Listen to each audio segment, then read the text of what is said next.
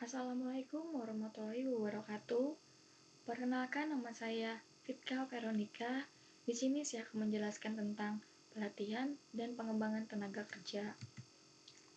Pelatihan dan pengembangan tenaga kerja menurut Handoko, pelatihan dan pengembangan adalah latihan atau training dimaksudkan untuk memperbaiki penguasaan berbagai keterampilan dan teknik pelaksanaan kerja tertentu, terperinci dan rutin, yaitu latihan menyiapkan para karyawan untuk melakukan pekerjaan sekarang. Sedangkan pengembangan atau development yaitu mempunyai ruang lingkup lebih luas dan upaya memperbaiki dan meningkatkan pengetahuan, kemampuan, sikap, dan sifat-sifat kepribadian. Tujuan dan manfaat pelatihan dan pengembangan kerja. 1. Membekali, meningkatkan, dan pengembangan kompetensi kerja untuk meningkatkan kemampuan produktivitas dan kesejahteraan.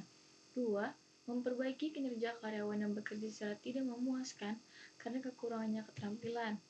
3. Memutakhirkan keahlian para karyawan sejalan dengan kemajuan teknologi. 4.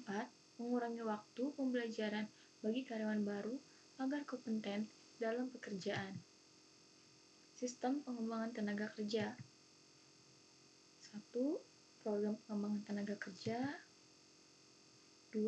Esensi sistem pengembangan tenaga kerja. 3. Sistem informasi tenaga kerja. Dan 4. Komponen sistem informasi tenaga kerja. Jenis dan pelatihan pengembangan. 1. Pelatihan kalian. 2. Pelatihan ulang. 3. Pelatihan lintas fungsional. 4. Pelatihan tim. Dan 5. Pelatihan kreativitas. Adapun yang dimaksud dari pelatihan kalian yaitu pelatihan yang relatif sederhana, kebutuhan atau kekurangan diidentifikasi melalui penilaian yang jeli, kriteria penilaian efektivitas pelatihan juga berdasarkan sasaran yang diidentifikasi dalam tahap penilaian.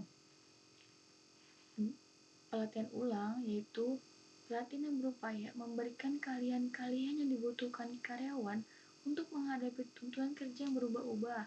Sedangkan pelatihan lintas fungsional yaitu pelatihan yang melibatkan karyawan untuk melakukan aktivitas kerja dalam bidang lainnya selain pekerja yang ditugaskan.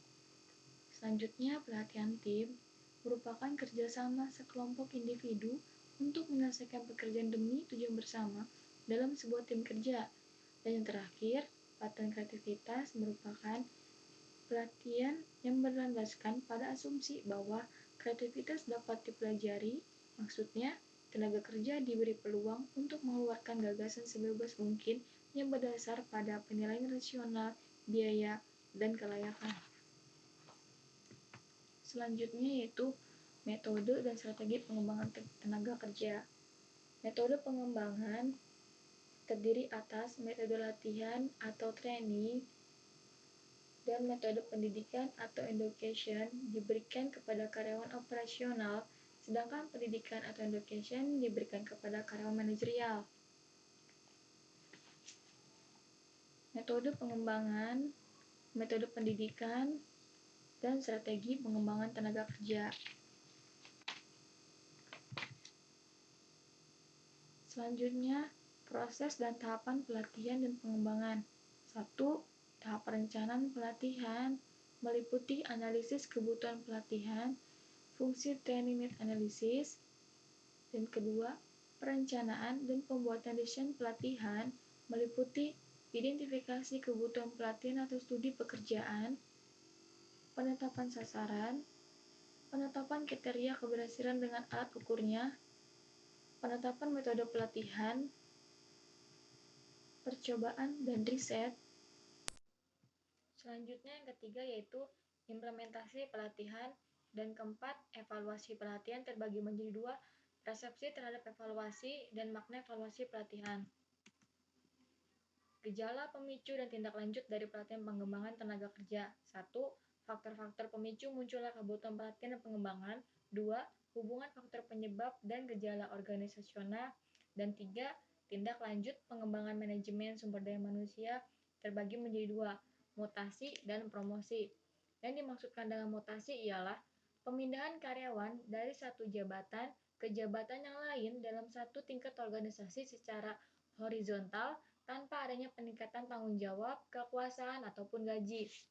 Sedangkan yang dimaksud dengan promosi ialah proses kegiatan pemindahan karyawan dari satu jabatan pada jabatan lain yang lebih tinggi. Promosi terjadi apabila seorang pegawai dipindahkan dari satu pekerjaan ke pekerjaan lain yang tanggung jawabnya lebih besar, tingkatnya dalam hierarki jabatan lebih tinggi, dan penghasilannya lebih besar. Sekian presentasi dari saya, kurang lebihnya mohon maaf. Wassalamualaikum warahmatullahi wabarakatuh.